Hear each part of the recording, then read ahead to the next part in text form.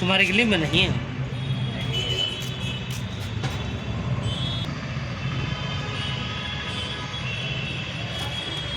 पकड़ो।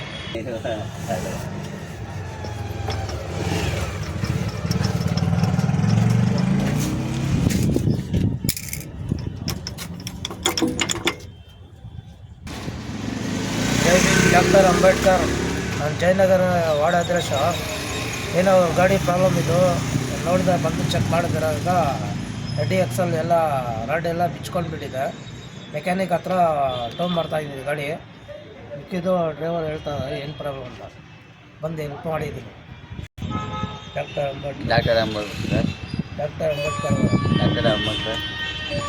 ಗಾಡಿ ಪ್ರಾಬ್ಲಮ್ ಇತ್ತು.